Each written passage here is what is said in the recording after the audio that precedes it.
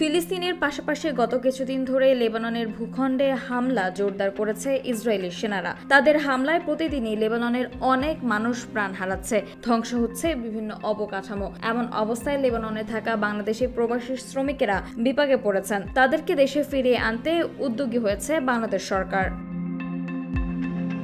তবে কোন প্রক্রিয়ায় লেবাননে থাকা প্রবাসীদের উদ্ধার করা হবে তা এখনো ঠিক করা হয়নি। এই বিষয়ে বৈরুতে বাংলাদেশ দূতাবাসের শ্রমিক বিভাগের প্রথম সচিব আনোয়ার হোসেন একটি সংবাদ মাধ্যমকে বলেন, যেসব বাংলাদেশি ফিরতে চায় তাদেরকে দেশে পাঠানো হবে। আমরা পররাষ্ট্র মন্ত্রণালয়ের সার্বিক পরিস্থিতি জানিয়েছি এবং জানাচ্ছি প্রতিনিয়ত।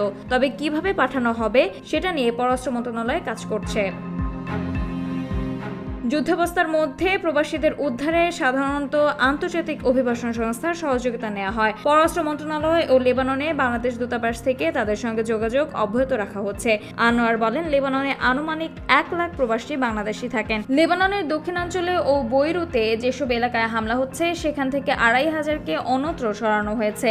বৈরুত থেকে লেবাননের জাতীয় বিমান সংস্থা মিডল ইস্ট এয়ারলাইন্স ছাড়া অন্য বাণিজ্যিক ফ্লাইট চালু না থাকায় ফেরানোর প্রক্রিয়া জটিল হওয়ার কথা বলেন তিনি।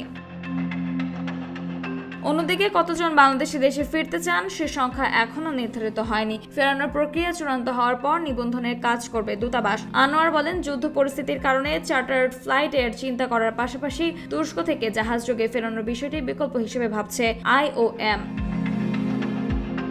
লেবাননে ইসরায়েলি হামলার পর থেকে এ পর্যন্ত 5 জন বাংলাদেশি বিভিন্ন জায়গায় আহত হয়েছেন। তারা চিকিৎসা নিয়ে শঙ্কামুক্ত বলে জানান দূতাবাসের প্রথম সচিব। প্রবাসীদের সহায়তা নিয়ে বিভিন্ন জায়গায় দূতাবাসের উদ্যোগে কয়েকশো বাংলাদেশিদের জন্য আশ্রয় ব্যবস্থা করা হয়েছে। জরুরি প্রয়োজনে হেল্পলাইনে যোগাযোগ করার পরামর্শ দিয়েছে দূতাবাস।